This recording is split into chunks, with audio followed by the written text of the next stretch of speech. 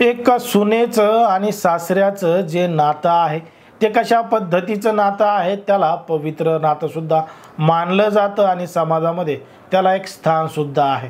पण मात्र आता विवाहबाह्य संबंधाचं प्रमाण कशा पद्धतीनं वाढलंय, सासूच्या सासऱ्याच्या नात्याला काळेमा फासणाऱ्या सुद्धा घटना घडत आहेत। कधी जावाई हा सासूबरोबर लफडं करत आहे, तर कधी सासरा हा सुनेबरोबर सुद्धा लफडे करतोय। अशा घटना मोठ्या प्रमाणात घडत आहेत। आजची जी घटना आहे, आजची जी गोष्ट आहे ती सुद्धा अशाच पद्धतीची आहे आणि यामुळं एका जणाचा मृत्यू झाला, एका जणाचा खून झाला आहे। नेमकं काय आहे संपूर्ण प्रकरण, कुठं घडली ही घटना, हे आपण अगदी सविस्तरपणे पाहणार आहोत। पण जर तुम्ही अजूनही आपलं चॅनल सबस्क्राईब केलं नसेल तर लगेच सबस्क्राईब करून घ्या आणि बाजूला असणाऱ्या बेल नोटिफिकेशनला सुद्धा ऑन करायला विसरू नका। आता ही जी संपूर्ण घटना आहे ती आहे उत्तर प्रदेशचं जे बुलंद शहर आहे आणि त्या शहरामध्ये नरसेना पोलीस स्टेशन आहे, त्याच्याच हद्दीमध्ये घडलेला संपूर्ण प्रकार आहे आणि या ठिकाणी घडलेली संपूर्ण गोष्ट आहे। तारीख आहे 15 डिसेंबर 2023 ची। 15 डिसेंबर 2023ला या ठिकाणी राहणारा एक 65 वर्षीय पुरुष होता आणि त्याचं नाव होतं नथू। याचा मृतदेह जवळच्याच एका तलावामध्ये मिळाला होता आणि त्याचा मृतदेह मिळाल्यानंतर आजूबाजूच्या लोकांनी पाहिला आणि याची माहिती तात्काळ जवळच्या पोलीस स्टेशनमध्ये दिली। आता घटनास्थळी पोलीस आले, पोलिसांनी पंचनामा केला, तो जो मृतदेह आहे तो ताब्यात घेतला, पोस्टमॉर्टमसाठी पाठवला। आता पोस्टमॉर्टमला पाठवल्यानंतर पोस्टमॉर्टमचा रिपोर्ट सुद्धा काही तासानंतर आला, पण मात्र हा जो व्यक्ती होता त्याच्या मृतदेहाची ओळख पटलेली होती, कारण की आजूबाजूच्या परिसरामधले लोक या व्यक्तीला ओळखत होते।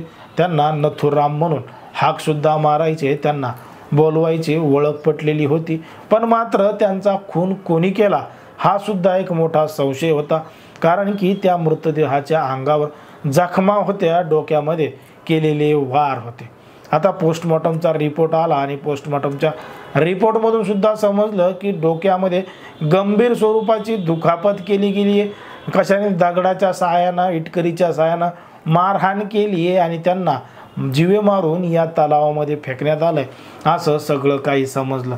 पोलिसांनी जेव्हा या संपूर्ण घटनेचा तपास करायला सुरुवात केली, आजूबाजूच्या लोकांना विचारलं, तेव्हा मात्र समजलं की यांना कोण मारेल, यांना मारल्यावर कोणाचा फायदा आहे, कोणाचं नुकसान आहे, ह्या सगळ्या गोष्टी पोलिसांनी तपासून पाहिल्या। पण मात्र पोलिसांना काही सुगावा किंवा सबूत मिळत नव्हता। पोलिसांनी जेव्हा या नथुरामच्या घरी जाऊन सगळ्या काही गोष्टी विचारल्या, तेव्हा त्या ठिकाणी त्यांचा जो मुलगा होता आणि त्यांची जी सून होती यांना सुद्धा विचारलं, तेव्हा काहीही सुगावा लागला नव्हता आणि काहीही त्यांना सबूत मिळालं नव्हतं, कारण की या सुनेनंच आणि त्यांच्या मुलाने पोलीस स्टेशनमध्ये जाऊन सासरा बेपत्ता झाल्याची तक्रार सुद्धा दिली होती आणि त्याच्यानंतर तो मृतदेह मिळाला।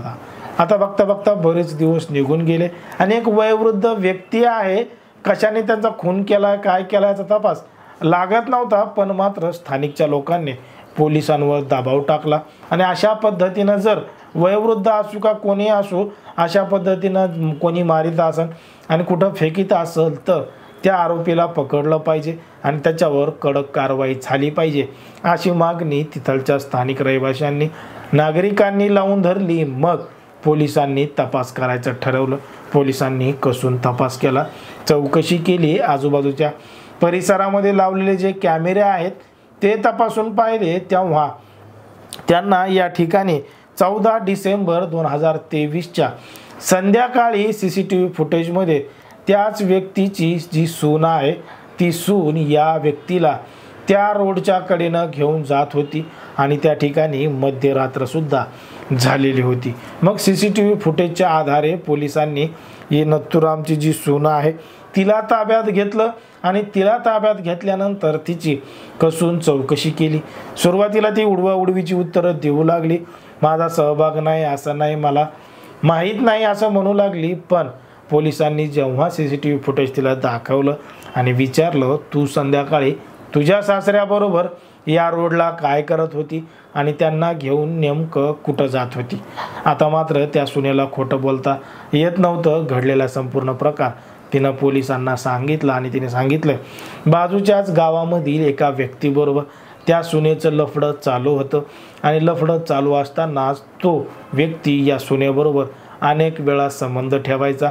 कधी तो हिला भेटायला यायचा तर कधी ही त्याला भेटायला जायची, कारण की हिचा नवरा बाहेरगावी कामधंद्यासाठी जात होता आणि हिचा प्रियकर हिच्या घरी येऊन मज्जा मारायचा. आणि हे सगळं करत असताना तिच्या सासऱ्यानं म्हणजे नथुरामनी सगळं काही पाहिलं होतं आणि नथुराम ही गोष्ट त्याच्या मुलाला सांगेल, आजूबाजूच्या लोकांना सांगेल, म्हणून तिच्या सुनेनंच त्याचा हत्या करायचं ठरवलं, त्याचा काटा काढायचं ठरवलं. आणि मग 15 डिसेंबर 2023ला ती त्याला घेऊन त्या ठिकाणावर निघाली.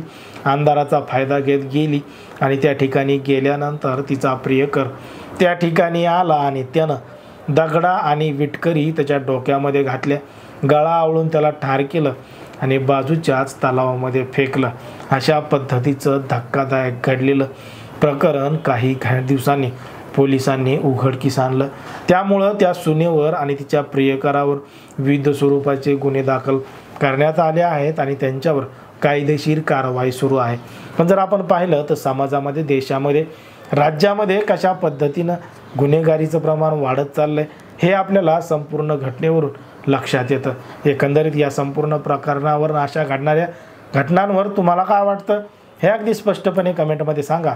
आणि अशाच पद्धतीचे नवनवीन व्हिडिओ पाहण्यासाठी आपल्या चॅनलला लगेचच सबस्क्राईब करून घ्या.